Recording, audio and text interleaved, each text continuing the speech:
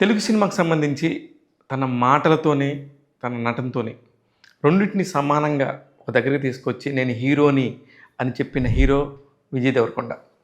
గత 10, 12 ఏళ్లుగా గమనిస్తే గనుక అంత ఫోర్స్‌ఫుల్‌గా నేనంటూ వచ్చానని చెప్పేసి ఒక అడ్రెస్ చెప్తూ ప్రతిసారి ఇది నా సినిమా అని చెప్పి దానికోసం నించునే ఒక వ్యక్తి విజయ్ దేవరకొండ.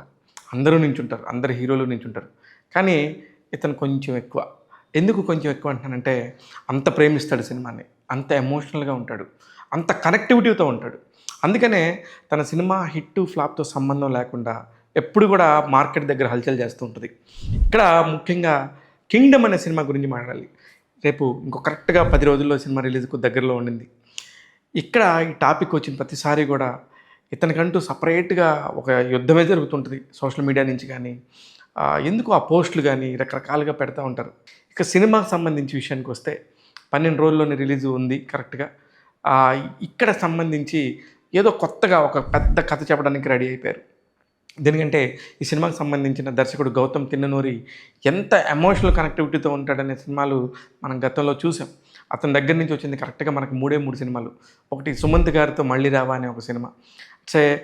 ఎంత ఎమోషనల్ డ్రామా ఉంటుంది అందులో.